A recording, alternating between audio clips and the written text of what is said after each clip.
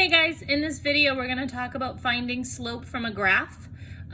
If you're starting with this one, I'm going to just make sure I review what slope is really quickly before I get started. And if you remember SlopeMan from Math Plus, we learned that slope describes how steep a line is going up or down. So a positive slope is an uphill line if it's going from left to right. A negative slope is a downhill line if it's going from left to right. If a line is vertical or up and down, it is undefined slope, which is why there's a little U as his nose. And if you have a horizontal line, it has a zero slope or no slope. We also describe slope as the rise over run or the change in Y over the change in X. So in this video, I'm going to show you how to find slope if you have a graph. So if you look at this graph here, you first want to check and make sure that the numbers are going up by 1, because that's going to be important if they're not. And now this graph shows me 2 points. They're already here for me. And I need to find the rise over run. So I'm going to just count my boxes. It's going uphill, and it's going up 1, 2, 3, 4, because my slope triangle is here. So my rise is 4. My run is how far it's going side to side. It's going over 1, 2. So my run is 2. I cannot leave an unsimplified fraction. 4 over 2 simplifies to 2 wholes.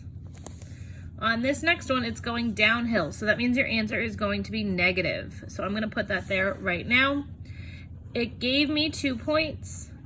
So I'm just going to use my slope triangle.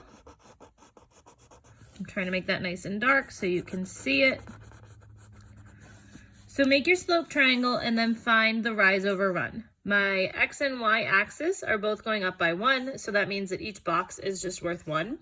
So I'm going down 1, 2, 3, 4, 5. So my rise is -5, and I'm going over 1, 2, 3, 4.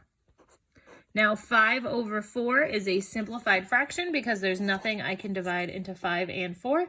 So that means that is my final answer. All right, let's do this one last one. I have a point here and a point here. I'm gonna make my slope triangle. Try and make it nice and dark so you can see it.